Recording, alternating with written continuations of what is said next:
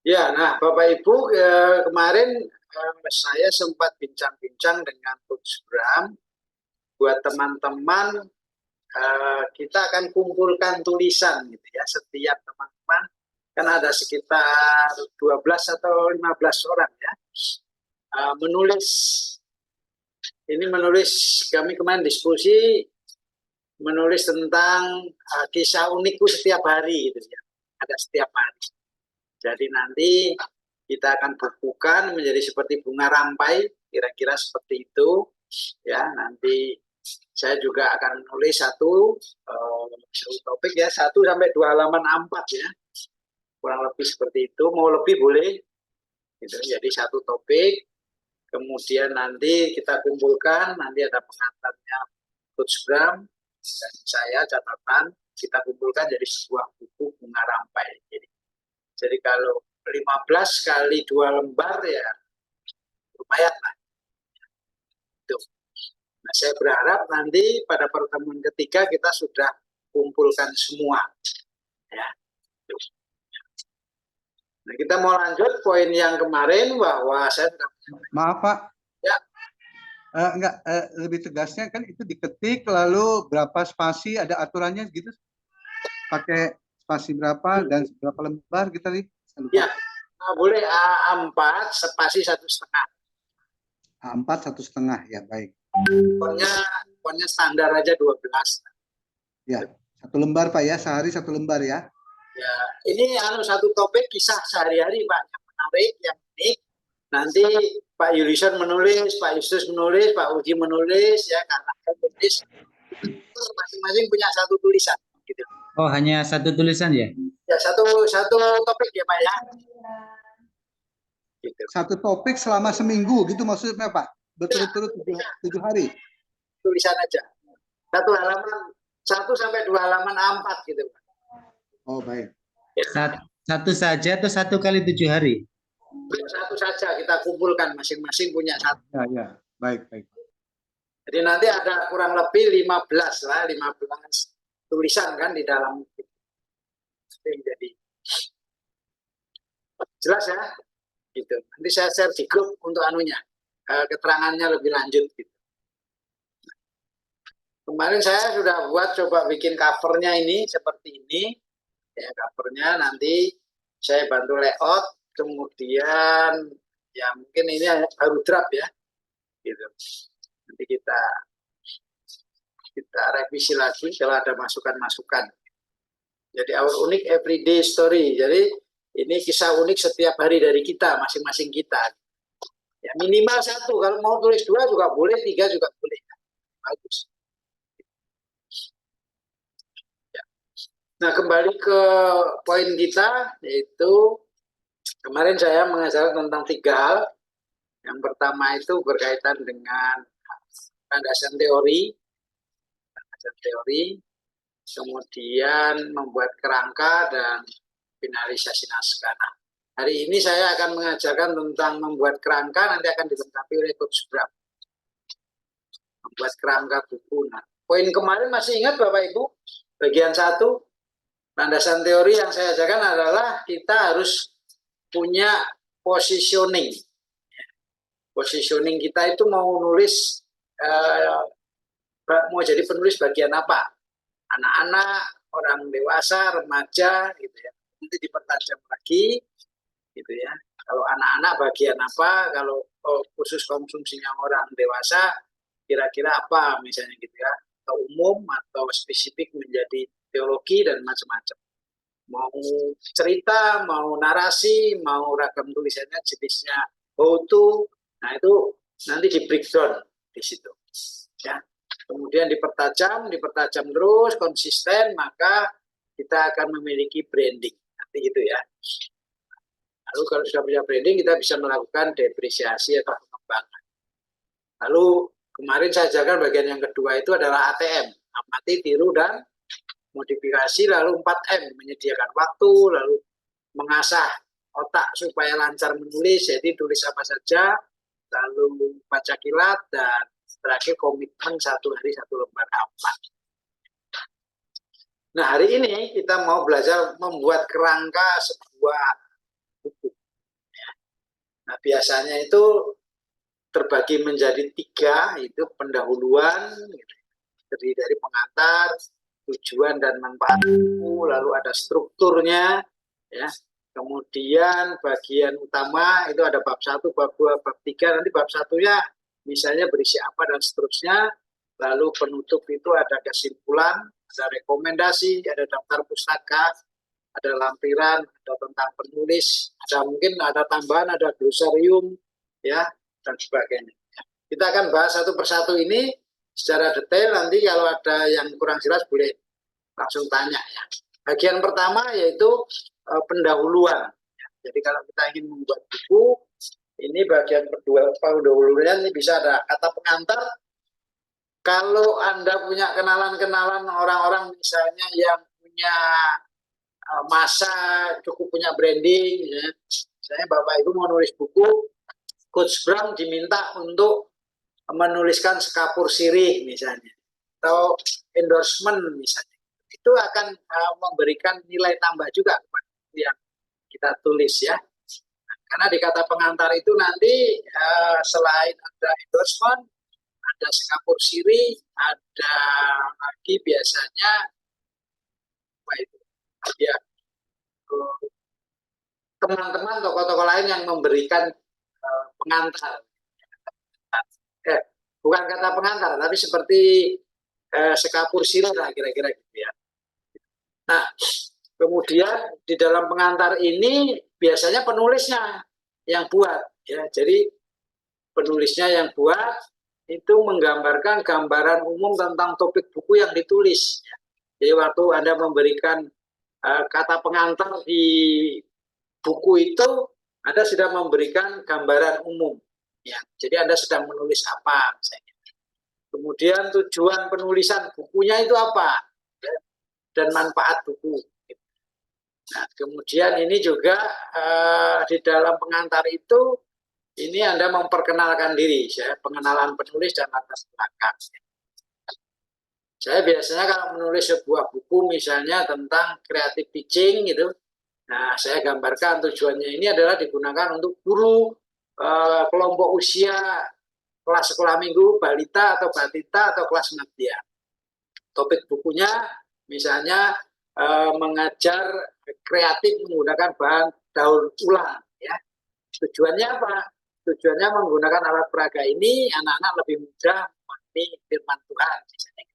Lalu pengenalan, ya, pengenalannya itu, nah buku ini saya tulis berdasarkan pengalaman kumpulan dari beberapa seminar pelatihan yang saya lakukan, ya, sebagai latar belakang.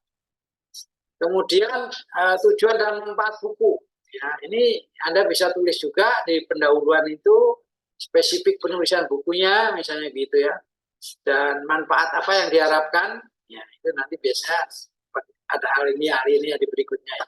Kemudian sasaran pembaca, ya, ini penting gitu, ya, harus diberitahu bahwa buku ini ditujukan untuk guru-guru, khususnya guru sekolah minggu, guru, atau ini khususnya kepada hamba-hamba Tuhan atau pengkhotbah kalau Anda membuat buku-buku tentang ilustrasi khotbah. Kemudian yang berkaitan dengan struktur, ya, struktur. Jadi struktur buku ini Anda juga bisa kasih penjelasan singkat tentang bab dan subbabnya, gitu, ya. Dan kemudian gambaran alur penulisan dari awal hingga akhir. Tapi ini tidak harus ditulis, ya. Tapi kalau mau ditulis boleh, gitu, ya. Itu bagian yang pertama, ya, bagian pendahuluan daripada sebuah. Lalu nanti bagian utama ini isinya. Isinya ini biasanya satu itu isinya tentang pengantar ke topik, ya. Ini latar belakang, kemudian konteksnya, definisinya atau terminologinya. Kemudian biasanya bab 2 itu kalau Anda mau buku-buku bahan ajar atau buku-buku ilmiah misalnya gitu, teori-teori utama yang mendukung gitu di bab 2 ini, ya, gitu. Kemudian ini juga di bab 2 ini Anda menjelaskan konsep-konsep utamanya. Kemudian di bab 3 itu misalnya Anda menjelaskan metodologi, ya, pendekatan yang digunakan, ya teknik yang digunakan. Lalu bab 4 biasanya pembahasannya, ya. Lalu bab 5 nanti mungkin ada studi kasusnya, ada contoh-contoh praktis, solusinya, ya, gitu. Lalu bab 6 itu ada tantangan-tantangan, lalu nanti ada memberikan bab 7 misalnya prediksi tren yang akan terjadi dan seterusnya. Ya. Itu biasanya seperti itu. Atau Anda tidak menggunakan bab misalnya, tapi biasanya rata-rata menggunakan bagian, ya. Lalu dibagi bab 1, bab 2, bab 3. Nah, kemudian yang berikutnya itu adalah kerangka bagian penutup. Nah, di sini kebanyakan itu biasanya kalau saya tidak pakai kesimpulan rekomendasi, tetapi saya langsung daftar pustaka dan tetap tulis, ya, karena buku saya sederhana. Tetapi ada juga buku yang dia berikan kesimpulan. Ini isinya tentang ringkasan poin-poin utama yang dibahas di dalam buku, ya. Jadi itu merupakan kesimpulan akhir dari penulisnya. Kemudian ada bagian rekomendasi. Ini adalah rekomendasi untuk pembaca, ya. Langkah selanjutnya atau tindak lanjut yang disarankan setelah Anda membaca ini, misalnya, ya. Lalu baru daftar pustaka. Ini biasanya berisi daftar referensi yang digunakan di dalam penulisan buku ini. Atau Anda menggunakan sumber-sumber tambahan yang relevan, misalnya dari link-link internet, gitu ya, atau daftar wawancara. Nah, kalau kemudian buku-buku untuk pelajaran, gitu ya, buku-buku bahan ajar, buku-buku kuliah, itu biasanya ada lampiran-lampiran. Ada data tambahannya, ada tabel, ada grafik yang mendukung isi, gitu ya. Ini tambahan, gitu ya. Ini 3 bagian ini cukup. Tapi biasanya ada juga buku, ada opsional, yaitu tambahan, misalnya ada penghargaan kepada individu atau organisasi. Dia memberikan di situ sebuah kata ucapan terima kasih. Ya, tambahan bisa di depan, bisa di belakang. Biasanya ada di belakang. Ya. Lalu di belakang itu juga biasanya ada, ini opsional, ya. Tambahan saja ada, setelah penutup itu ada glosarium. Itu berisi daftar istilah atau definisi-definisi yang digunakan di dalam buku itu. Istilah dan definisinya. Dan yang terakhir biasanya ada indeks. Indeks itu atau topik untuk memudahkan pembaca mencari informasi di dalam buku ini. Ya. Itu kurang lebih secara garis besar tentang tadi isi buku, kerangkanya, ya. Lalu tips menulisnya, ini buku dulu, ya, bahan ajar atau buku penunjang. Nah, yang paling enak itu ya adalah kalau Anda menulis bahan ajar, kita adalah guru paling gampang, kan? Jadi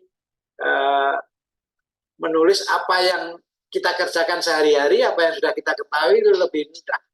Ketika saya melatih guru-guru Al-Azhar, guru-guru IGTKI, ya, guru-guru mahasiswa Pokjar, UT, gitu ya. Nah, ini mereka membuat bahan ajar. Penulis biasanya adalah tenaga pengajar atau pengelola lembaga. Dan kemudian kalau kita menulis bahan ajar, kita juga harus melihat kurikulum, ya, kurikulum Merdeka misalnya sekarang ini. Nah, itu kita susun menjadi sebuah kerangka atau silabus untuk menulis. Nah, untuk menulisnya biasanya bahan ajar itu tidak sendirian, tetapi bisa dilakukan dengan berkelompok. Ya. Jadi yang pertama bisa bentuk tim penulis berjenjang, kemudian bagi materi ke masing-masing. Gitu. Kemudian juga kelompok itu juga ada bagian ketik, ada yang bagian edit, ada bagian mengoreksi dan sebagainya. Lalu digabungkan. Ada yang satu orang yang biasanya yang paling jago itu menggabungkan materinya. Lalu ada koordinator. Nah, ini kalau nulisnya dalam bentuk kelompok. Kemudian dilakukan review. Nah, ada 5 tahapan di dalam membuat kerangka atau buat tulisan buku bahan ajar. Ini biasanya saya tulis untuk contohnya aja yang gampang ya, ini saya biasanya kalau di sekolah minggu ya, materi-materi yang saya buku-buku yang saya tulis itu saya selalu patokannya ada 5 ini. Saya bikin singkatannya supaya gampang, itu obat request, O-nya itu opening, B-nya itu background, T-nya telling, maka disingkat obat. R-nya itu R-nya itu retelling, ya, question itu pertanyaan dan aplikasi, obat request. Jadi kalau kita menulis sebuah buku atau tulisan, usahakan openingnya ini membuat pembaca merasa terlibat. Lalu bagian yang kedua itu background. Background ini jembatan. Ya. Nah ini biasanya kalau di sekolah minggu sebagai contoh supaya gampang, opening misalnya, saya cerita tentang semut, gitu ya. Nah siapa yang punya pengalaman dengan semut? Saya punya pengalaman semut tuh, masukkan semut di telinga saya. Tapi saya juga punya teman, dia juga pernah punya pengalaman digigit semut merah sampai muka misalnya, kita ceritakan. Pasti waktu dia baca itu dia juga merasa, oh iya aku juga punya pengalaman dengan semut. Lalu masuk bagian kedua itu background. Background itu jembatan. Jembatan untuk menghantarkan pembaca masuk kepada cerita utama. Ya. Misalnya tadi semut begitu ya. Nah, lalu di sini biasanya saya cerita ada anak pulang sekolah, dia lihat semut sedang berbaris. Ih, lucu ya semut itu. Tapi tiba-tiba di ujung jalan sana ada petugas pemadam kebakaran membersihkan jalan, membuka keran air gitu ya. Keran pemadam kebakaran itu, lalu dia semprot jalan-jalan itu dan airnya menggenang. Dan lama-lama air itu mengalir mendekati semut yang berbaris. Lalu ada anak yang bernama Ami. Lalu dia bilang, semut, ayo minggir. Nanti kamu mati. Tapi semutnya nggak mengerti. Ya, kita tetap kena aliran sungai itu dan dia mati. Gitu ya. Nah, kemudian dia pulang ke rumah, dia sedih. Ibunya tanya, kenapa kamu sedih? Iya, ibu tadi aku udah kasih tahu semut-semut itu. Tapi semut-semut itu tidak mau mendengar sehingga dia mati. Nah, ibunya bilang begini, ya karena semut binatang, kamu manusia. Kecuali kalau kamu berubah dulu jadi semut, ketika kamu sudah jadi semut, sesama semut kamu ngomong pasti semutnya mati ya. Nah itu memberikan pengantar bahwa kita ingin cerita tentang kenapa Tuhan Yesus datang ke dunia ini menjadi manusia. Nah itu yang disebut cerita utamanya. Ya. Di situ disebut pokok tulisan telling ya. Biasanya saya akan membuat tulisan tentang kisah Natal atau apa, kenapa dia jadi manusia ya, supaya dia sama dengan kita manusia, ketika Tuhan ngomong, ketika Tuhan firman, kita mengerti. Lalu bagian yang keempatnya adalah menceritakan ulang ya, meretelling, sehingga cerita itu dilakukan pengulangan tetapi diberikan ilustrasi, alat peraga tambahan supaya memperkuat pokok tulisan. Nah, bagian terakhir itu adalah question, ya, pertanyaan dengan mengacu 3H tadi, head, lalu head, ya. Jadi dari kisah yang sudah kita paparkan di atas itu, di penutup terakhir kita bikin pertanyaan, ya, yang intinya menanyakan kira-kira informasi apa yang didapat setelah membaca cerita ini atau mendengar cerita ini. Ya. Lalu ada nggak pengalaman yang berkaitan dengan cerita ini? Lalu aplikasinya bagaimana? Ya. Jadi 3 bagian ini. Ya. Jadi kalau Bapak Ibu mau khotbah juga bisa diterapkan. Ya, begitu setelah khotbah misalnya gitu, ya kesimpulannya dari khotbah tadi, informasi apa yang didapatkan jemaat? Ada nggak pengalaman jemaat dengan khotbah yang baru saja disampaikan? Lalu aplikasinya bagaimana? Ya, kira-kira 5 bagian. Ya, ini 5 tahapan. Dan yang terakhir, bagian kedua, 3 langkah penting di dalam menyiapkan tulisan adalah 3P. Pengamatan, penafsiran, dan penerapan. Nah, 3P ini dia selalu berkaitan dengan, saya menyebutnya supaya gampang diingat, sak DMB. Ini sebetulnya bahasa Inggrisnya itu 5W1H. Ya. Sak DMB itu S-nya siapa, A-nya itu apa, K-nya kenapa, D-nya di mana, M-nya apa, B-nya bagaimana. Ya. Seperti 5W what, when, who, dan seterusnya itu ya. How, 5W1H. Karena saya lidahnya lidah Indonesia, saya supaya gampang mengingat, saya ganti jadi sak DMB. Supaya gampang diingat, siapa, apa, kenapa, di mana, mengapa, bagaimana. Ya. Nah, jadi nanti kalau kita melakukan pengamatan, siapa sih tokohnya? Gitu ya. Apakah yang terjadi? Kenapa ini terjadi? Di mana lokasinya? Mengapa ini terjadi? Lalu bagaimana? Saya begitu. Dengan rumus sak DMB. Jadi 3P. 3P ini kita harus lakukan pengamatan. Nah, 3P yang pertama tadi adalah pengamatan. Nah, kita gunakan rumus pengamatan dengan rumus sak DMB ya. Jadi ingat, kalau Anda ingin menulis ya, Anda amati siapa gitu ya. Siapa tokohnya ya, apa peristiwanya, ya kenapa ini terjadi, di mana lokasinya, mengapa itu terjadi, bagaimana itu bisa terjadi. Ini bisa juga digunakan untuk menggali, mengupas, mau tulis apa saja, mau nyusun khotbah apa saja. Kalau kita menggunakan rumus sak DMB ini, maka akan lebih tajam. Nanti kita akan belajar contoh-contohnya. Lalu bagian ketiga, Anda bisa menafsirkannya. Kalau Anda membuat tulisannya berbentuk narasi, tokohnya siapa, Anda bisa ciptakan sendiri. Peristiwanya bisa Anda tambah sendiri, ya. Kemudian kapan terjadinya, ya. Tapi kalau wartawan, ya dia harus berdasarkan fakta, gitu ya. Tapi kalau fiksi ya kan ini bisa direkayasa tokohnya, ya Anda membuat seperti cerpen, novel dan sebagainya. Kira-kira itu. Dan penerapannya tadi saya sudah sampaikan setelah sak DMB, yaitu 3H.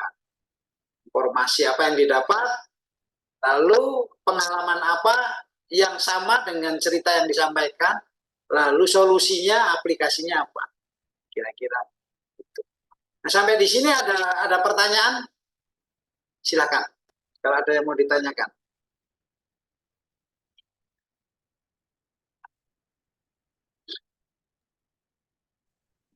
Ya maaf Pak, sedikit cepat gitu ya menyampaikannya. Jadi saya belum ketemu rangkaiannya. Cuman tadi juga ada kekeliruan sedikit Pak. K-nya itu sak DMB itu K-nya itu bukan kenapa tapi kapan ya. Di slide tadi sebelumnya ada kata kenapa. Kenapa sama mengapa saya kira sama ya Pak ya. Maksudnya K itu kapan bukan kenapa. Ya betul ya Pak ya, klarifikasi. Oke Pak, betul ya Pak. Koreksinya. Ya, jadi K-nya bukan kenapa tapi kapan. Nah, nggak, yang saya tanya apakah tahapan ini mutlak gitu. Maksud saya setiap kita mau nulis kita harus mengacu pada sak DMB itu atau 5W1H itu. Bisa saja kan ada satu unsur yang mungkin tidak terjawab, tapi mungkin mohon maaf, mungkin Bapak tadi barusan bilang mau kasih contohnya. Mungkin kalau saya lihat contoh bisa saja kan satu kita ada satu unsur dari 6 itu atau 5W1H itu tidak bisa kita dapatkan gitu. Ya. Atau mutlak harus ke 6-6-nya 5W1H itu. Terima kasih. Kalau pengamatannya harus fakta, tidak harus semuanya. Karena kadang-kadang kan misalnya kapan terjadinya kalau nggak tahu kita nggak perlu tulisan, paksakan misalnya. Oh iya, maksud saya itu betul Pak. Oh gitu ya. Baik. Tergantung sikon ya Pak ya. Ya, jadi tidak harus nama-namanya Pak.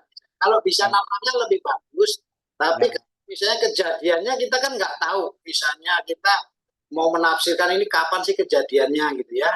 Nggak tahu gitu ya. Ya, nggak usah dipaksakan, itu harus diadakan. Baik. Terima kasih. Ya, itu tidak harus menjadi patokan, tetapi mayoritas orang menulis biasanya dasarnya dengan rumus itu 5W1H itu, gitu ya. Untuk apa? Untuk sebagai acuan untuk menggali sumber-sumbernya, patokannya supaya strukturnya itu menjadi jelas. Kira-kira gitu kan. Kita mau tulis apa sih? Kan kita harus membuat pertanyaan. Kan gitu. Apa? Kan gitu. Nah, kalau kita nggak bikin pertanyaan sendiri, kan kita apa sih? Mau tulis akhirnya rancu. Gitu. Jadi nanti nggak tahu strukturnya itu nggak tergambar dengan baik.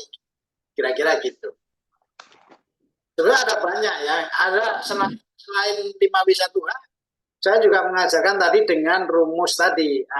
Opening, lalu background, telling, retelling, lalu question. 5 tahapan itu. Tapi itu biasanya saya ajarkan untuk guru-guru yang akan membuat bahan ajar. Karena ini how-to. Ya. Dia harus membuat opening yang menarik supaya anak-anak merasa terlibat. Lalu dia harus membuat ilustrasi jembatan, menghantarkan ilustrasi itu untuk menghantar membuka ke cerita utama. Walaupun kadang-kadang ilustrasi itu tidak nyambung atau tidak harus sama nyambung kepada utama misalnya begitu. Tapi biasanya lebih bagus kalau jembatannya itu sama. Kebalik. Yang openingnya kadang-kadang tidak harus sama, tapi kalau jembatan biasanya sama ke cerita utama. Kira-kira gitu. Ya, baik. Jadi saya kasih contoh, misalnya cerita tentang, saya ingin menyampaikan cerita di sekolah minggu, misalnya tentang kelahiran Tuhan Yesus, misalnya gitu kan. Nah, awalnya saya cerita tentang semut, lalu anak-anak dibagi berdua cerita tentang pengalaman semut, gitu ya. Nah, ini kan nggak ada hubungan. Lalu kemudian setelah mereka saling asik cerita tentang semut, misalnya dikasih waktu masing-masing 1 menit, gantian berdua gitu, lalu kemudian kita masuk cerita tentang seorang anak yang pulang sekolah ketemu semut yang berbaris tadi, terus kemudian kena air mati, dikasih tahu nggak ngerti. Itu sebenarnya jembatan. Kenapa? Karena semut nggak ngerti, karena dia nggak ngerti bahasa manusia. Nah, kecuali kalau manusia itu berubah jadi semut, nah dia bisa ngomong loh sama semut, ngasih tahu supaya minggir nggak mati. Nah, itu memberikan jembatan bahwa Tuhan itu datang ke dunia menjadi manusia. Kira-kira itu jembatan. Seperti misalnya kalau saya ingin cerita tentang penciptaan misalnya. Ya. Nah, openingnya adalah misalnya siapa yang punya mainan, coba cerita mainan dari kayu dan sebagainya. Lalu ada anak yang punya mainannya rusak, lalu dia dibetulin oleh kakeknya, ya, diganti kayunya, baknya diganti, mainan mobil-mobilannya, lalu dia terima kasih ya kek, mobilnya sudah diganti kayunya, gitu. Terus kakeknya bilang, iya, kakek hanya bisa mengganti kayu, tapi kakek tidak bisa menciptakan kayu, karena kayu ini dari tumbuh-tumbuhan, dan tumbuh-tumbuhan itu yang menciptakan Tuhan. Ya, jadi tumbuh-tumbuhan semua yang menciptakan Tuhan, baru masuk ke kisah penciptaan misalnya gitu. Selalu ada jembatan. Itu kalau menulis tentang buku untuk bahan ajar, contohnya sekolah minggu gitu. Nanti kalau buku beda lagi. Kira-kira gitu. Nah, kalau tulisannya bersifat tadi umum, biasanya 5W1H. Kira-kira gitu ya, nangkep ya, punya gambarannya ya. Karena itu memudahkan. Ini saya sudah praktekkan ke guru-guru Al-Azhar, guru-guru IGTKI, SDKI, kemudian guru-guru Pokjar UT ya. Jadi bagaimana menyusun bahan ajar tadi supaya lebih menarik. Ya, tapi makanya kalau di tadi ada telling cerita utama, maka lalu ada retelling. Retelling itu menceritakan ulang menggunakan alat peraganya gitu. Nah, itu menarik gitu buat, karena telling itu lebih ke otak kiri, retellingnya itu otak kanan gitu. Silakan, mungkin Coach Bram ada mau nambahi atau yang lain ada pertanyaan. Pak, saya Udayanto, Pak. Ya, silakan. Saya mau nanya, Pak, kalau jumlah halaman buku itu yang efektif, yang baik itu berapa halaman maksimal begitu? Itu yang pertama, Pak.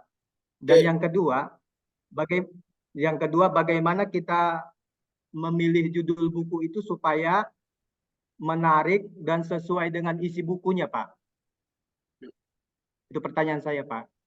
Makasih, Pak. Ya, ada teman-teman yang membuat judul itu belakangan. Ada yang dibuat di depan, tapi nanti belakangan juga bisa berubah, gitu ya, judulnya gitu ya. Ada juga yang sudah menulis di depan itu sebagai guidance untuk supaya dia tetap alurnya sesuai dengan judul. Ya. Tapi kalau saya judul saya buat, tapi nanti terakhir bisa jadi dia bisa berubah, enggak harus sama dengan judul yang pertama gitu ya. Bisa waktu di tengah-tengah kemudian berkembang ketemu judul yang menarik misalnya gitu, ya bisa jadi itu nanti jadi judul. Nah, kalau Anda perhatikan judul-judul buku itu dia selalu satu kata sampai 3 kata yang besar, lalu di bawahnya ada tambahan-tambahan penjelasannya, gitu ya. Nah, biasanya buku-buku yang menarik itu ada judul 2 kata, misalnya kayak purpose driven gitu ya. Lalu di bawahnya itu ada penjelasan 1 kalimat misalnya begitu. Ya, saya juga gitu bikin buku misalnya 500 alat peraga itu 3 kata. Nah, lalu nanti di bawahnya ada 1 kalimat yang menjelaskan ini untuk alat peraga apa misalnya. Nah, untuk halaman buku biasa standar ada 3 ukuran yang banyak ditemui di toko buku. Kalau Mas lihat di toko buku itu yang kecil, yang buku saku itu ukurannya 10 atau 11 kali 17 ya, 11 kali 17. Yang standar itu 14,5 kali 20 atau 21 ya, itu tengah. Nah, yang kayak purpose driven yang gede itu ukurannya 21 kali 26 kali 26 atau 27 ya. Nah, itu kalau buku seperti purpose driven misalnya kalau ukuran 21 kali 26 itu kalau di bawah 200 jelek. Ya, rata-rata pasti di atas 350 halaman sampai 500 halaman. Dia tebal-tebal, bukunya gede. Tetapi kalau buku yang ukuran 14,5 yang kali 20 itu antara berkisar 125 sampai 200 sudah cukup. Tapi kalau lebih dari 250 ketebalan juga jelek gitu. Kecil tapi tebal gitu kan. Itu jelek. Jadinya kayak kamus. Ya, pernah lihat kamus kan kecil jadi tebal. Ya. Jadi memang tebal dan lebarnya harus proporsional. Nah, pengalaman kami kalau halamannya di atas 300 itu idealnya ukurannya 21 kali 27 ya. Dan itu memudahkan di percetakan. Dia setting plate-nya itu mudah, dia nggak buang banyak kertas. Itu ukuran ideal di dalam percetakan, dia ukurannya memang itu. Ya. Tapi kalau Anda misalnya bikin buku ukuran 14 kali 21, 14,5 kali 21 itu yang umum. Itu akan banyak buang kertas gitu. Nih, saya ambil aja ini. Nah, ini jelas ini. Ini ukurannya adalah 14,5 kali 21. Ya. Ini bukunya adalah kurang lebih 300 halaman. Ya, 300 halaman. Jadi antara ini kalau 100 halaman kan tipis, jelek sekali, tipis gitu. Ini buku saya baru, Bernard Mer, ini Artificial Intelligence in Practice, ya, buku AI yang terbaru. Ya. Terbitan Elec Media.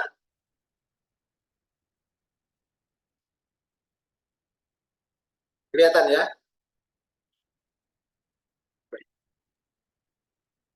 Jelas. Jadi itu gambarannya. Iya, makasih Pak. 14 kali, rata-rata 14 kali 21 ya. 21 atau 23 lah. Nanti kalau yang agak kecil itu biasanya 11 atau 10 kali 17. Kalau 10 kali 17 itu segini, nih. segini. Jadi kelihatan ya beda ya. Ya Ini- Pak, kelihatan Pak, kelihatan Pak. Ya, Ya. ini adiknya ya. Ya. Oke.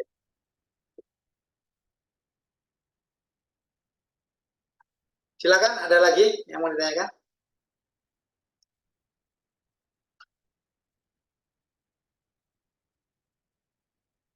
Ya, nanti yang kumpulan-kumpulan itu, yang rencana kita akan kumpulkan itu memang karena jumlahnya 15, kita pakai ukuran yang ini aja. Ya. Yang 14 kali 20. Gitu ya. Ya, 14 kali 17 kalau nggak salah.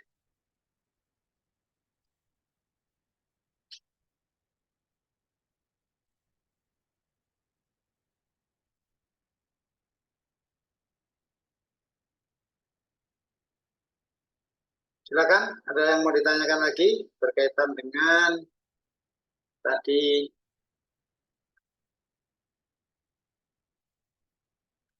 Ya, itu sebetulnya hanya acuan saja sebetulnya. Gaya menulis itu tidak harus baku seperti itu gitu. Tapi kalau kita punya kekuatan di dalam menulis gitu, kalau Anda lihat tulisan-tulisan Khalil Gibran itu kan dia strukturnya kan hanya struktur seperti apa ya, prosa ya dia.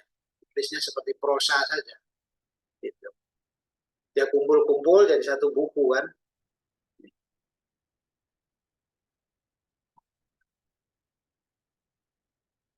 Atau Anda ingin menulis seperti bukunya Ajah Bram.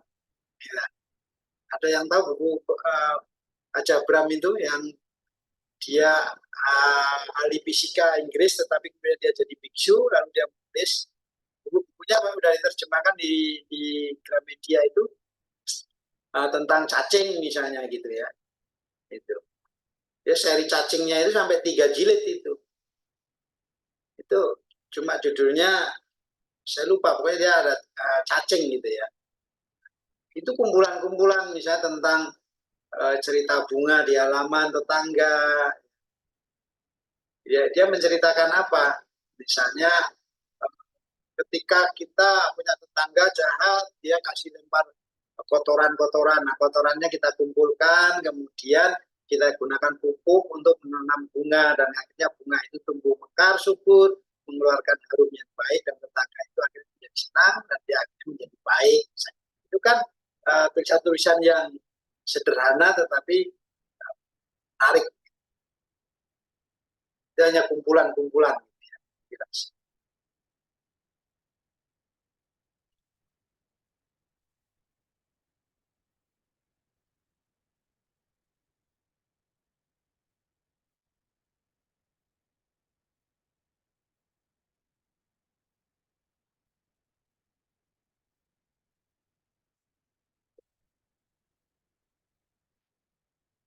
Coach Bram mau menambahkan?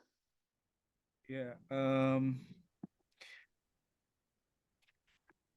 yang disampaikan Pak Igre itu kan adalah standar ya dalam penulisan dan tentu sangat bergantung kepada jenis buku yang saudara tulis, ya kan?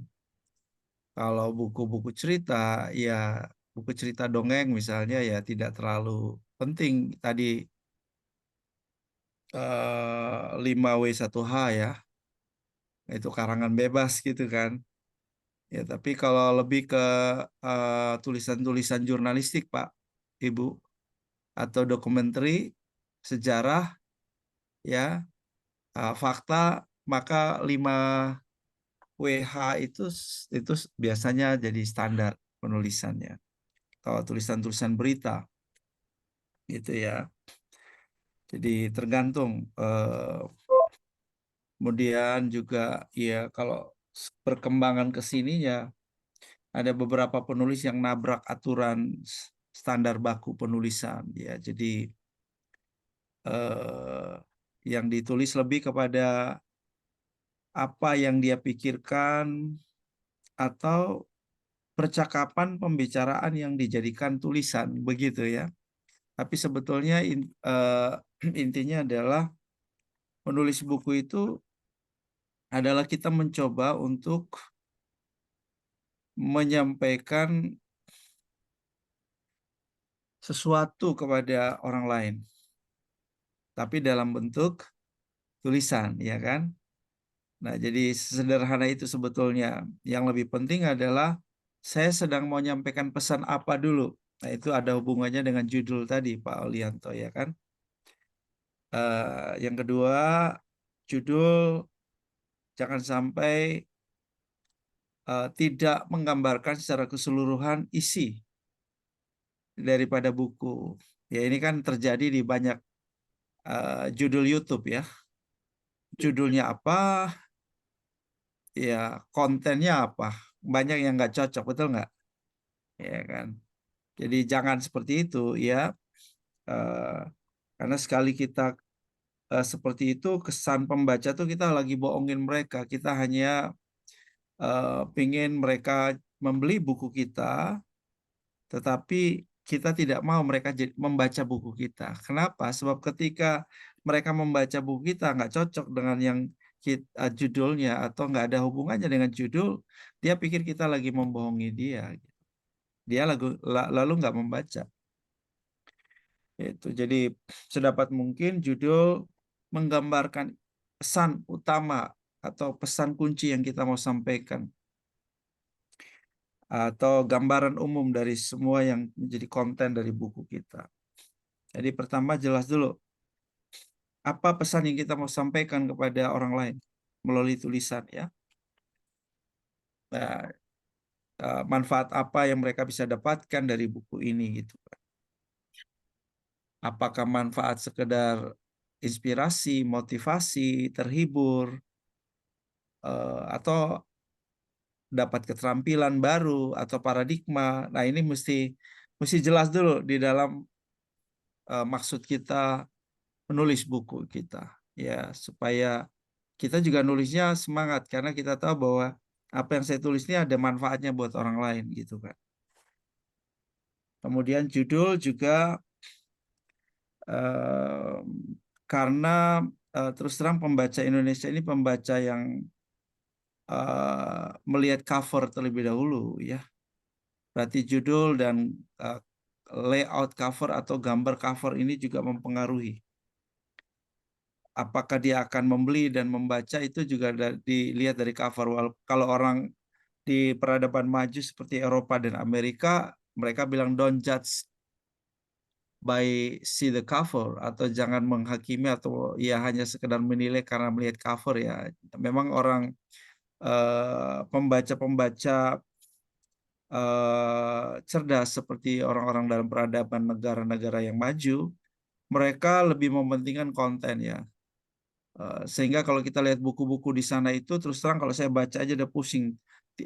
Alinea per alinea, maksudnya itu seperti mepet sekali, bahkan tulisannya bisa halus-halus gitu dan bukunya tebel-tebel. Tapi mereka membaca itu. Kalau kita orang Indonesia langsung lihatnya langsung bisa pingsan gitu ya. Langsung kehabisan oksigen di otak, saudara. Jadi udah nggak baca lagi, saudara. Nah, jadi kalau kita lihat layoutnya tulisan buku-buku Indonesia agak sedikit lebih kreatif, tidak mepet tulisannya halus kecil mepet seperti tulisan-tulisan buku-buku luar.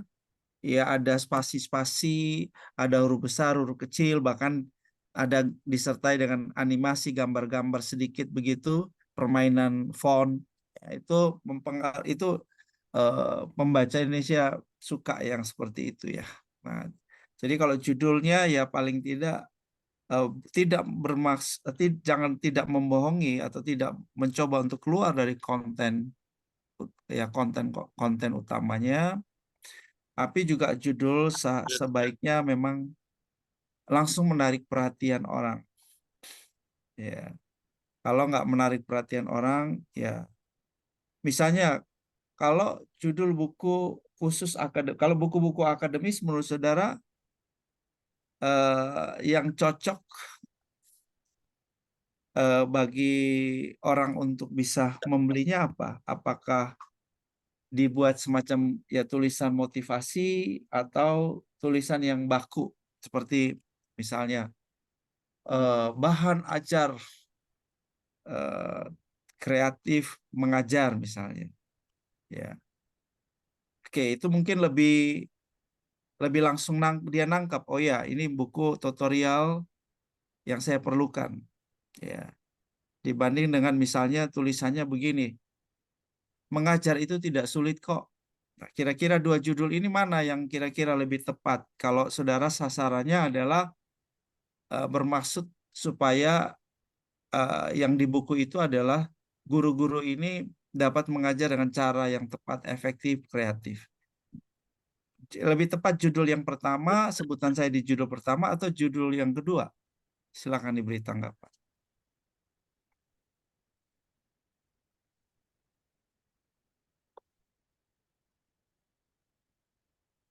Judul kedua. Oke, silakan. Yang lain. Apakah Ibu Yeni?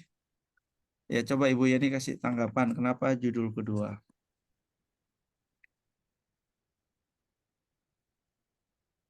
Kasih argumentasinya. Kenapa judul kedua?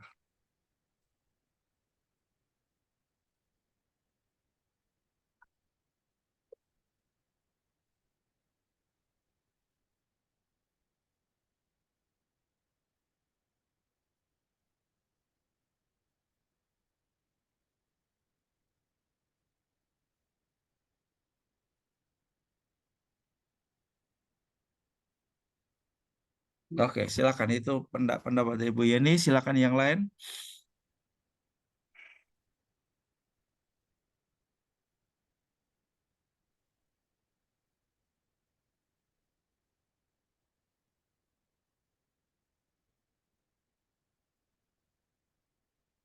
Baik, oke, nggak apa-apa kalau nggak ada tanggapan. Saya coba menambahkan yang melengkapi jawaban dari atau tanggapan dari Pak Gria terhadap beberapa pertanyaan baik dari Pak Bang Yulison maupun dari Pak Olianto ya. Oke, silakan kalau masih ada lagi pertanyaan.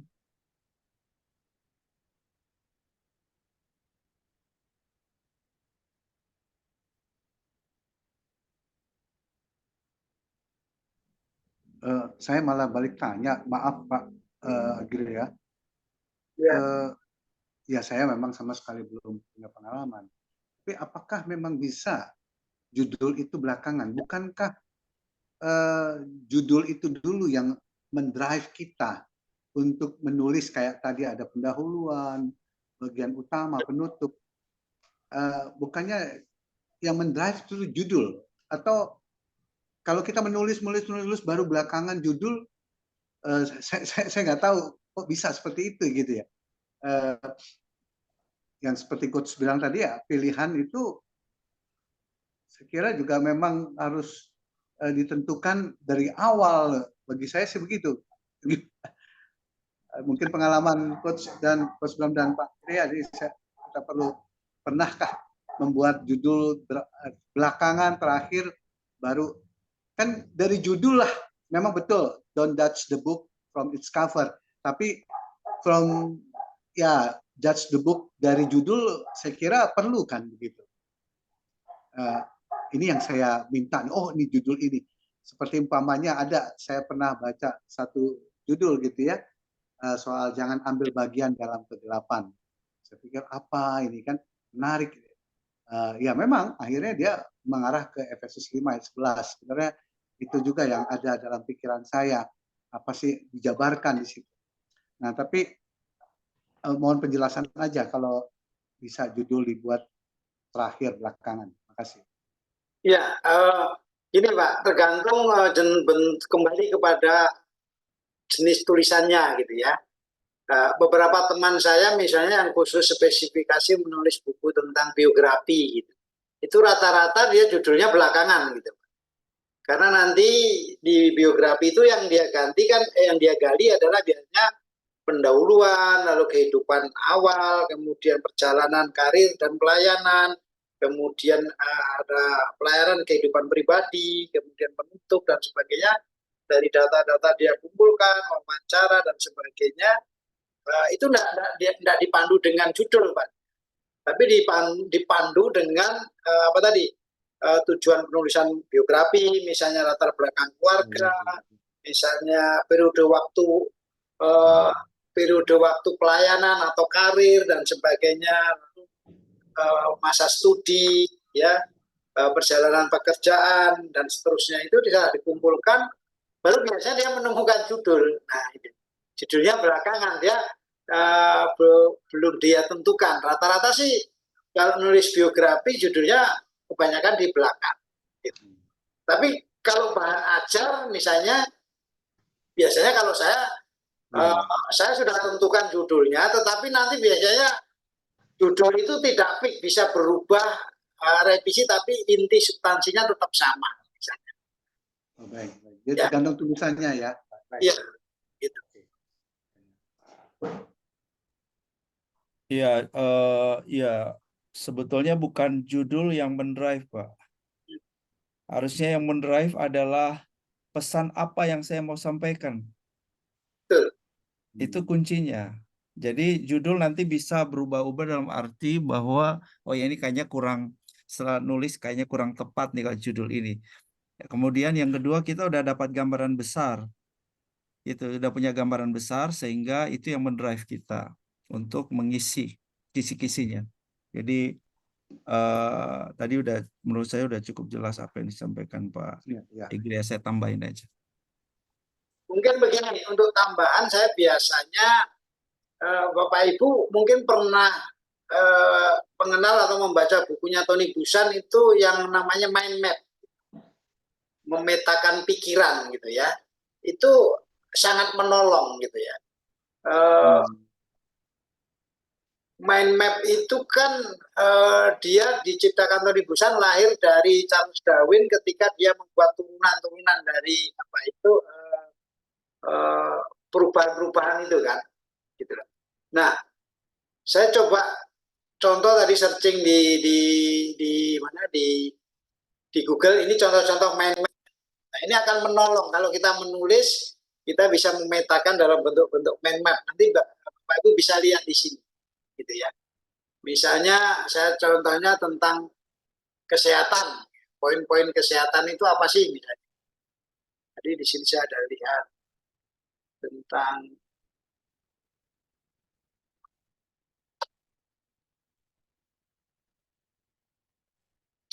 saya cek yang lebih gampang contohnya.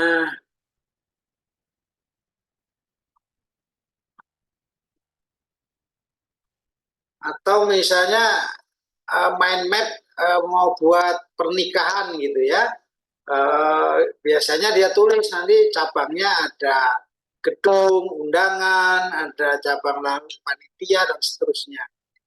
Ini sama seperti misalnya mind map dia mau bikin bisnis apa ini plan ya, nih dia tulis dia poin-poin intinya gitu ya. Ada marketing plan-nya, ada misinya, analisis SWOT, timeline, strategi. Nah, dari masing-masing poin lagi nanti di breakdown itu bisa menjadi acuan untuk penulisan. Tadi saya ada lihat yang menarik itu kesehatan gitu, bisa tentang kesehatan. Lalu, ini kesehatan ya, sehat itu di situ peta konsepnya. Di sini ada diet, ya ada alat bantu, ya kemudian ada stres, ada tidur ya, tidur yang cukup. Nah ini masing-masing nanti di breakdown lagi, di breakdown dia akan menjadi poin-poin. Nah ini menolong sekali dengan adanya mind map ini, membantu memetakan pikiran kita kalau kita ingin menyampaikan sebuah gagasan, jadi dia terpetakan begitu. Tidak lompat sini, overlap sana dan sebagainya. Tapi dia strukturnya terkelompok-kelompok, jadi menjadi jelas dan runut. Kira-kira itu masukan dari saya kalau untuk memudahkan membuat poin-poin yang ingin ditulis. Misalnya saya ingin menulis tentang creative teaching untuk guru sekolah minggu gitu ya. Nah itu poin besarnya itu misalnya. Saya biasanya membuat creative teaching, ya, mengajar kreatif dengan bahan daur ulang. Nah, membuat alat peraga kreatif dengan bahan daur ulang. Lalu poin 1 misalnya, mengumpulkan bahan-bahan daur ulang. Ya, nanti bahan daur ulang itu apa saja? Bisa botol, bisa kertas, bisa kalender, bisa daun. Lalu poin kedua, begitu ya. Nah, itu pesan yang ingin disampaikan. Untuk apa? Untuk kelas usia berapa dan sebagainya. Ya. Nah, kemudian cara membuatnya, nah, cara mengajarnya, poin-poinnya. Jadi jelas, jadi akan terpetakan gitu. Jadi poin itu nanti tinggal dibagi menjadi per bab saja, tinggal diurutkan. Jadi itu sangat menolong sekali. Dengan map ini memudahkan sekali. Ya Pak Igrea, maaf, menurut saya sih justru mind map ini materi yang bagus sekali gitu ya untuk kita kuasai gitu, kita yang mengerti. Saya nggak tahu ini diajar di bagian mana ini di mind map ini. Cara kan artinya apa sih kerangka besarnya, apa saja poin-poinnya, bentuk yang itu yang akan menjadi bagian dari tulisan kita. Lalu umpamanya ada berapa butir itu masuk bab mana, bab 1, bab 2, begitu kali ya. Maksudnya ada gambaran besarnya dari satu pohon tadi umpamanya yang cabang-cabangnya apa saja. Mungkin gitu ya maksudnya Pak ya. Itu bisa digunakan. Saya biasanya kalau seminar atau khotbah itu kita cukup bikin kerangka itu 1 lembar, Pak. 1 lembar itu ya. Seperti pointer gitu sudah mengingatkan kita. Jadi kita tinggal bikin kerangka, tidak banyak tulisan, tapi hanya 1 lembar itu sudah isinya sudah gampang dibaca karena kita sudah di-trigger kan dengan poin-poin yang besar itu cabangnya. Setelah baca ini nanti cabangnya ke sini poin ini gitu. Jadi kita dibiasakan. Itu ada bukunya Pak, dijual di Gramedia, judulnya Mind Map Tony Busan Pak. Itu sudah buku lama tapi bagus sekali. Mengajarkan kita berpikir secara struktur gitu. Mengelompokkan dan jelas. Ya, saya kasihkan contoh. Kalau kita mau bikin pesta pernikahan gitu kan, cabangnya apa? 1 adalah misalnya undangan, lalu gedung, transportasi, catering. Nah, catering itu nanti masalah lagi jadi pohonnya. Cateringnya mau masak sendiri, pesan atau apa? Nanti jenis makanannya apa? Itu jadi dia akan cabang-cabang sesuai dengan pohon utamanya. Kira-kira gitu. Nah, itu nanti juga mempertajam tulisan kita. Itu kan jadi pokok bahasan yang besar, dipecah-pecah menjadi beberapa poin. Poin itu kita pertajam lagi. Kira-kira gitu. Itu hanya untuk membantu memetakan saja sih Pak. Pertajam pikiran kira-kira. Ya, makasih Pak.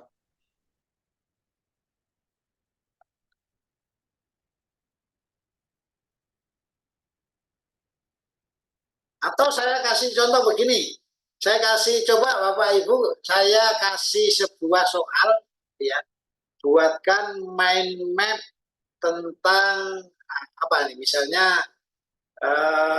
membuat kue bolu, misalnya gitu ya, gampangnya gitu. Nah, itu kan poin utamanya itu, sama kan ibarat buku itu kan judulnya cara membuat kue bolu. Nah, itu kan Pak harus tentukan poin-poinnya dulu kan, gitulah. Nah, yang pertama apa? Misalnya pohon satunya, gitu. Akar pertama dari mind map itu pertama bahan, misalnya gitu. Lalu akar keduanya peralatan. Pohon yang ketiga cara membuatnya, misalnya. Lalu yang keempat misalnya mengemasnya, misalnya gitu. Atau ada pohon lagi cara menjualnya. Cara menjual nanti kan ada cabang lagi melalui online, ya, marketing direct atau dari mulut ke mulut dan sebagainya. Nah, itu dengan dicabangkan 1 kertas itu Anda bisa melihat gambaran besarnya. Kira-kira gitu. Memudahkan. Ya. Nah, nanti kalau sudah ketemu gambaran besarnya, Anda tinggal menuangkan dalam bentuk tulisan detailnya, kira-kira gitu. Ya. Misalnya tadi cabang pertama tentang bahan kue bolu yang baik apa? 1 tepung. Nah, tepung itu tepung yang bagus bagaimana ya? mereknya apa, ukurannya bagaimana, dan sebagainya. Lalu ada telur, cara memilih telur yang baik bagaimana. Nah, itu kan tinggal cabang-cabang itu tinggal didetailkan saja, dirunutkan, maka itu akan menjadi sebuah urutan tulisannya gampang. Ini pengalaman saya menggunakan mind map kira-kira begitu.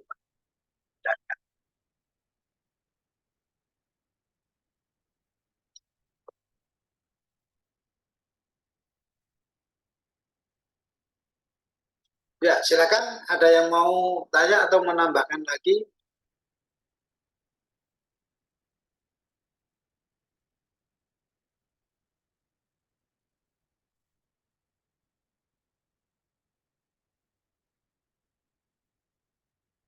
Nah, tetapi berdasarkan pengalaman teman-teman yang misalnya seperti Coach Bram apa itu kan dia sudah mendapatkan apa materi pengendapan itu kan berdasarkan pengalaman hidup dan pengalaman praktek, Pak. Itu sudah kaya, Pak, materinya, dan itu ditulis berdasarkan pengalamannya. Nah, itu lebih hidup. Kita tidak lagi perlu membayangkan apa, karena yang kita tulis itu sudah seperti di depan mata, sudah kelihatan, tinggal dipindahin aja sebetulnya gitu. Seperti di otak kita itu seperti ada apa layar yang sudah terekam, sudah kelihatan, itu dipindahkan dalam bentuk tulisan karena itu sudah direkam di dalam memori otak kita yang kita lakukan hari-hari misalnya. Itu lebih mudah seperti itu ya, misalnya. Nah, kalau Bapak misalnya khotbah tiap hari misalnya atau melayani setiap hari ya, kan pasti ada banyak bahan di situ yang sudah tersimpan. Tinggal diperkaya, ditulis menjadi sebuah buku. Atau ada ibu-ibu yang punya usaha memasak misalnya gitu kan, masak dan sebagainya. Nah, itu kan dia sudah terekam di dalam memori, kan di luar kepala sebetulnya kan. Ramuan konten, tinggal menambahi bumbu-bumbunya dan sebagainya, kalimatnya menarik, itu juga bisa menjadi sebuah kumpulan tulisan misalnya.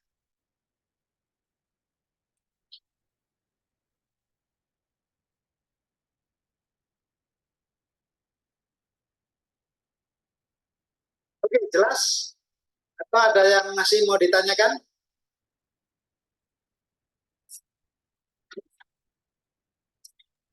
Pak Igrea, mungkin kita perjelas lagi soal tulisan bersama ya. Jadi supaya mungkin kita sampaikan lagi. Jadi Bapak Ibu, tulisan bersama ini yang saya sempat bahas sama Pak Igrea adalah saudara menuliskan kisah Tuhan atas hidup saudara. Kesaksian lah seperti itu. Kesaksian. Nah, dari kesaksian-kesaksian itu saudara tulis, nanti akan ada tentu pesan-pesan kunci yang saudara mau sampaikan dari kesaksian itu apa. Itu poin yang menjadi, jadi perlu ada jadi kisah saudara, terus kemudian pesan daripada kisah itu kepada pembaca apa yang saudara mau sampaikan. Tentu dari cerita itu orang sudah dapat sesuatu gitu. Tapi saudara ada bagian berikutnya dari tulisan saudara tentang apa hikmat atau moral dari kisah Tuhan dalam hidup saudara ini bagi pembaca. Bisa dapatkan poinnya apa yang saya sampaikan? Jelas atau mungkin semakin membingungkan? Iya, tadi 3 hal tadi Pak yang saya sampaikan. Jadi sampaikan informasi apa berdasarkan kesaksian tadi kan. Lalu pengalaman atau pesan apa gitu kan. Lalu hikmat atau aplikasinya yang bisa diambil dari kisah itu ya. Pembaca mendapatkan apa pengalaman misalnya.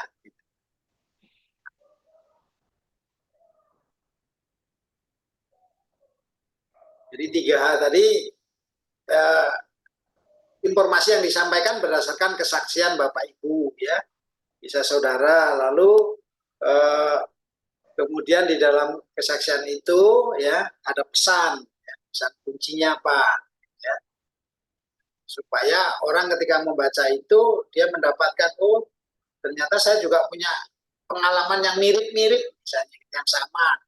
Ternyata kalau mengalami hal seperti ini, aplikasinya seperti ini nih hikmatnya, aplikasinya gitu ya, solusinya kira-kira gitu. Nah bahasanya di sini tadi kan hikmat atau pesan moral yang bisa diaplikasikan. Jadi kita kumpulkan kapan ini, Coach Bram? Paling lambat pertemuan terakhir sudah dikumpulkan ya. Oke.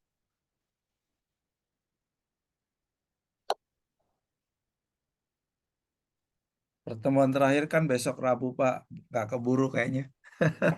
Mungkin ini kita kasih kesempatan selesai bulan Juni aja ya. Jadi Saya tadi coba iseng-iseng bikin apa cover gitu ya, tapi pakai Bing Creator gitu ya.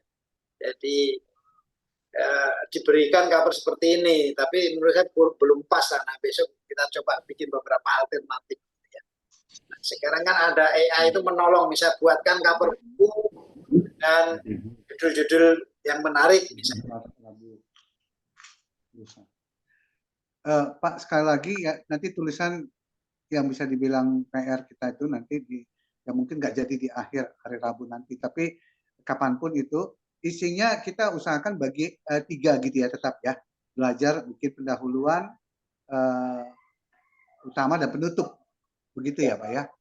Ya, sekali lagi tadi yang disampaikan Coach juga terkait dengan saksian, lalu pesan kunci, pesan moralnya apa, dan juga aplikasi solusinya gitu ya. Ini begitu ya Pak? Ya, bisa. Baik. Nanti saya share di grup, misalnya spasinya berapa dituliskan, Oh ya, betul Pak. fontnya berapa gitu ya, jumlah halamannya. Pak Igrea, usul saya Pak Igrea kasih satu contoh lah sederhana. Lebih baik lagi. Jadi supaya jangan sampai terlalu jadi apa gado-gado gitu. Jadi susunannya juga bolak-balik. Nanti yang kerja yang ngedit kita berdua jadi agak ngerepot juga ngeditnya Pak. Jadi sebaiknya sejak awal udah kelihatan rapi aja, ada kasih contoh. Jadi mereka teman-teman tinggal ngikutin aja begitu. Lalu ada pertanyaan dari Bu Yuliana. eh, dalam bentuk e-book atau buku cetak untuk buku antologinya Pak Igrea, ya Coach Bram, karena lebih ke urusan buku ini lebih ke Pak Igrea ya, jadi yang teknis-teknis lebih ke Pak Igrea, jadi lebih baik Pak Igrea yang jawab. Ya kita jadikan fixnya dalam bentuk e-book. Nanti kalau misalnya teman-teman ingin bentuk cetak ya bisa dicetakkan gitu. Tidak harus cetak banyak. Misalnya Pak saya butuh 10 dicetakkan gitu. Ya, begitu. Jadi Kita e-book ya, ya dalam bentuk e-book dulu, kemudian dalam bentuk hardcover, buku cetakan juga bisa ya. bisa. Kami melayani pesanan satu buku pun dilayani gitu dalam bentuk cetak kira-kira gitu ya. Ya ini mirip-mirip nanti kalau Bapak Ibu pernah baca mungkin seperti chicken soup itu ya Pak ya, kayaknya itu hampir mirip-mirip begitu kan, itu kumpulan-kumpulan kisah-kisah hikmat tadi ya, moral.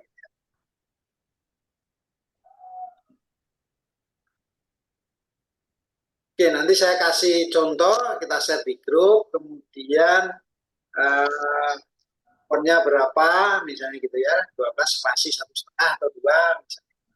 Jumlah katanya berapa, misalnya 1.500 kata atau sebagainya. Nanti saya share di grup supaya paling enggak editingnya enggak terlalu susah. Gitu ya. Kalau template bukunya saya sudah bikin kerangkanya, karena saya sudah punya. Gitu ya. Nanti begitu Bapak Ibu sudah kirim dalam bentuk ketikan Word atau apa, PDF, saya tinggal copy, masukkan di situ, dia sudah atur sendiri. Pakai Adobe InDesign namanya, aplikasinya. Dia sudah ngatur halamannya, sudah ngatur catatan kakinya, dan sebagainya. Tinggal di copy paste, tinggal di layout gitu.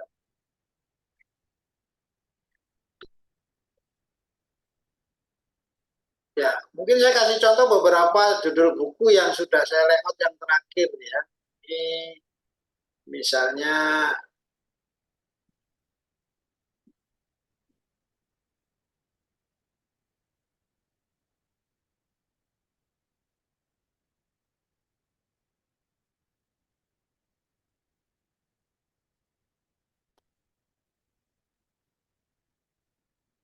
ini dalam bentuk e-booknya seperti ini. Ya. Jadi bukunya ini kalau dilihat, nah, ini cover dalamnya seperti ini. Ini bertahan di tengah badai. Ini sejarah sebuah gereja. Nanti ada kata pengantar, kemudian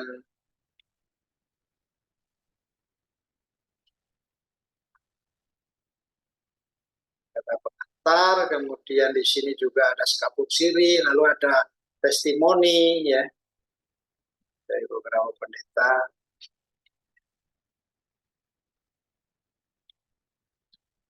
Ini daftar isinya.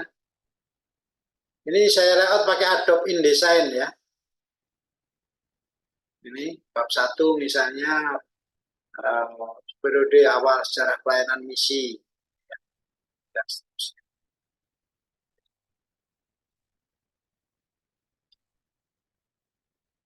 Ini ada catatan kakinya juga di sini.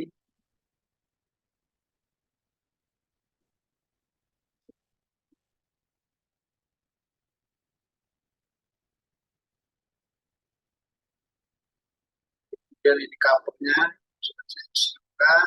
Jadi sudah jadi dalam bentuk ilmu. Nanti kalau mau cetak ya tinggal cetak saja.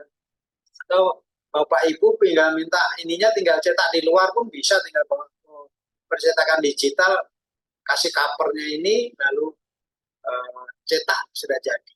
Sudah ada ISBN-nya. Ini penerbit saya namanya Navision Publishing. Jadi nanti ada ISBN-nya. Nanti sudah tinggal sudah jadi seperti ini. Ya, itu contohnya. Misalnya yang buku yang terakhir yang saya layout dalam proses cetak. Punya Sinode Gapin ya.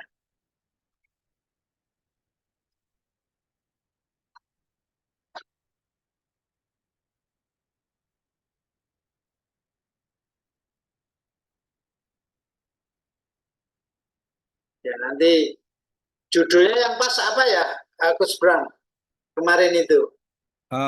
Saya kira judulnya boleh belakangan, nggak apa-apa. Kumpul dulu aja, karena kan ini kisah yang masih beda-beda. Nanti kita akan temukan kira-kira dari sekian tulisan itu apa yang kata yang kuat yang muncul yang kita bisa jadikan judul. Itu aja. Itu sih pandangan saya, lebih pas begitu. Karena kita belum tahu masing-masing punya kisah kan seperti apa. Jadi kalau kita Mau dicetak dalam bentuk buku paling kisaran harganya kalau Anda mau cetak 10 buku ya sekitar 32.000 lah, 30.000. Itu kalau Anda tapi cetak, kalau bisa misalnya kalau Bapak Ibu mau satu tema misalnya kita mau bicara yaitu mengenai how faith works, ya, how faith works, bagaimana iman bekerja. Misalnya kita punya praktek pengalaman pribadi bagaimana saya mempraktekkan iman. Nah, praktek iman masing-masing orang itu bisa beda-beda, ya kan? Bisa beda-beda, tapi kemudian jadi orang pembaca itu bisa menemukan, ternyata iman itu sebetulnya bukan sesuatu yang harus dalam bentuk A ya, bisa jadi sebetulnya implementasi iman itu beragam, ada yang begini, ada yang begini, mungkin bisa jadi begitu, kelihatan begitu ya. Tapi ya intinya kita belum terlalu tahu kisah masing-masing saudara. Jadi bisa saja kita kasih judul, tetapi judul kita bisa mempengaruhi Bapak Ibu akan bingung, akan sedikit kebingungan, saya ini cocok nggak ya dengan judul. Itu menurut saya kita nggak mau mengganggu dulu, dengan saudara bebas dulu nulis. Sebab kalau kita beri judul duluan, maka Bapak Ibu sebetulnya sudah digiring untuk nih loh, kira-kira kalian arahnya ke sini. Ya bisa seperti itu juga. Menurut Bapak Ibu gimana? Menurut Silakan. saya begitu, Coach. Ya, jadi tadi bagaimana praktek iman bekerja ya mungkin dalam dunia kerja maupun dunia pelayanan ya, Coach ya. Saya sendiri memang rindu bagaimana praktek iman kerja saya sebagai auditor, namanya gitu selama ini. Tapi bukan sehari-hari sekarang ini. Bisa juga sih sampai dengan sekarang praktek iman. Cuman rata-rata, maksud saya pada umumnya kita akan ke situ. Jadi mungkin yang Coach bilang tadi saya setuju. Temanya tuh sama ya. Ya mungkin cara penulisannya yang mungkin kami ini karena namanya masih belajar ya berbeda-beda. Tapi kalau saya sih setuju dukung apa itu Coach. Temanya. Mungkin judulnya belakangan tapi temanya. Bagaimana iman bekerja, praktek iman bekerja gitu kan. Mungkin dalam dunia Iya. hari-hari. Ya, makasih. Iya. Ya, ada judul yang ditawarkan Bu Yelini Wang Bibit, Biji Sesawi. Ya, bisa juga itu tentang iman ya. Iya, oke. Bagaimana ada Bapak Ibu, teman-teman yang lain, tanggapan, masukannya soal buku ya. Nanti Mohon Rabu nanti kurang lebih kita akan lebih kepada praktisnya lagi. Ya, praktisnya lagi. Seperti itu di hari Rabu. Ya, silakan Pak Wari. ya, mohon tugas buat hari Rabu diulang lagi, Coach. Mohon diperjelas, diulang lagi aja. Saya tadi Oke. dengar tapi Ya, mungkin buat hari Rabu ya, tugas bukan kita. bukan tuh hari Rabu ini Pak Waris, tapi karena kalau dikasih saudara nulis dalam hari besok dan Rabu, lalu disubmit ke kami, saya kira ya bagi yang sudah biasa nulis mungkin tidak masalah ya. Oke, oke. Tapi kalau jadi kita kasih kesempatan, ini kan sudah tanggal 17. 17 ya. Ya. Ya kasih waktu di bulan Juni inilah saudara menulis rapikan, yang lebih cepat kirim ya silakan. Jadi Juli sudah bisa dibikin dalam bentuk e-book maupun buku cetak. Nah, kalau buku cetak akan kembali tergantung pesanan Bapak Ibu, tapi kita mendorong supaya Bapak Ibu minimal mempunyai beberapa buku atau Bapak Ibu sendiri menjual buku-buku itu. Ya, karena di situ mungkin tulisan pertama Bapak Ibu. Walaupun masih rame-rame, tapi itu satu ini loh, satu apa ya? Ya apresiasi lah buat Bapak Ibu sendiri gitu loh. Bahwa aku inilah motivasi sebetulnya ini membuat Bapak Ibu akan bersemangat untuk ada tulisan berikutnya begitu ya. Jadi ini trigger awal lah. Begitu, selain juga kenang-kenangan dari kelas kita ini. Ya, jadi di tiap kelas mungkin ada bukunya dan ini menarik sekali menurut saya. Oke. Silakan Pak Igria, mungkin ada yang mau ditambahkan. Ya, nanti lengkapnya akan di-share di grup. Kemudian Ya. ada satu contoh gitu ya sebagai guide. Jadi nanti kita beri waktu sampai 1 bulan ini. Ya, begitu sudah terkumpul, ya, nanti kita share lagi bentuk e-booknya. Nah, teman-teman misalnya, Pak saya perlu 5 cetakan buku, boleh nggak? Pak Nolianto perlu 2, oke kita kumpul-kumpul. Ternyata ada 50 buku cetak, ya udah kita cetak gitu ya, kita hitung nanti harganya. Nanti saya ajarkan cara membuat HPP ya. Nah, harga buku itu biasanya 5-8 kali HPP, itu rumusnya begitu. Jadi kalau Bapak Ibu beli harga buku 40.000 di toko buku itu biasanya kalau dibagi 5 modalnya berarti kurang lebih 8.000 lah. Tapi kan harus ada minimal berapa banyak, itu teknis untuk membuat produksi buku. Tapi itu enggak jadi patokan ya. Kadang-kadang ada yang modalnya sedikit kita jual banyak berlipat-lipat kali ganda juga enggak masalah. Itu hal yang lain gitu ya. Ya. Oke, sebelum saya akhiri mungkin nanti saya informasikan juga buat teman-teman yang investasinya belum diselesaikan boleh segera diselesaikan ya.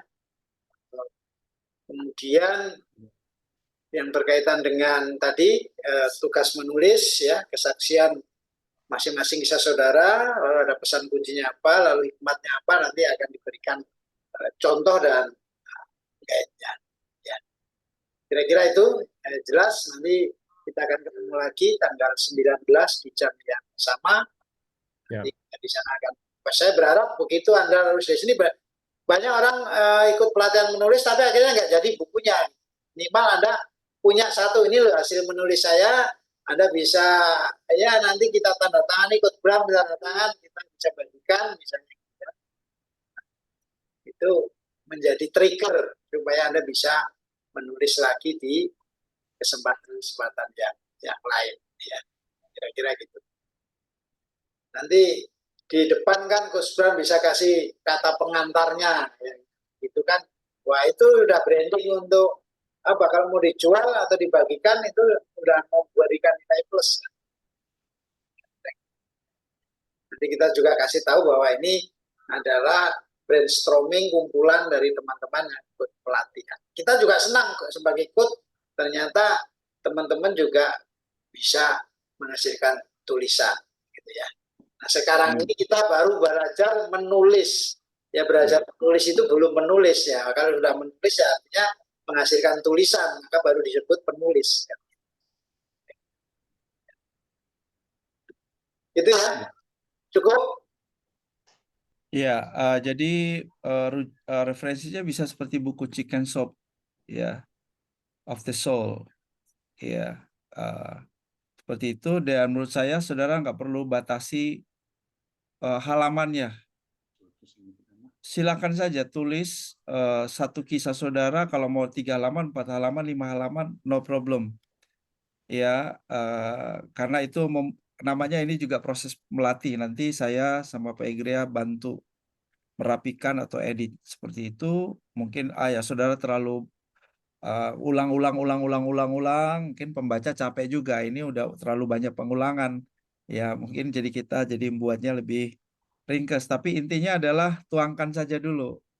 Tulis ya, supaya jangan sampai saudara, aduh ini bikin 2 halaman gimana ya? Terlalu mungkin jadi nggak di ungkapkan semuanya gitu ya. Jadi udah apa adanya saudara nulis dulu, tapi yang pasti saudara lihat contoh nanti yang dibagikan oleh Pak Igrea ya. Begitu ya. Ya. Ya. Mungkin Iya. istilahnya bisa segera kali Pak ya. Maksudnya biar hari-hari kita besok udah bisa kita coba belajar melalui contoh yang dibuat juga, sama tadi beberapa persyaratannya seperti spasi dan sebagainya bisa di-share lebih cepat lebih baik gitu Pak Igrea. Terima kasih. Ya. Saya usahakan besok sudah ada ya. Paling nggak Ya. lusa. Saya janji besok paling lambat lusa sudah ada di sebagai acuan.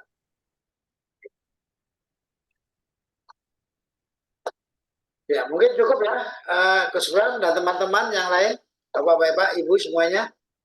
Terima kasih. Nanti untuk materi yang masih kurang jelas, saya akan share linknya ya, rekaman ini, seperti yang pelajaran yang pertama. Yang kedua, ini juga direkam, nanti saya akan taruh di link YouTube privat, bisa ditonton ulang melalui link yang dibagikan di grup. Oke. Ya.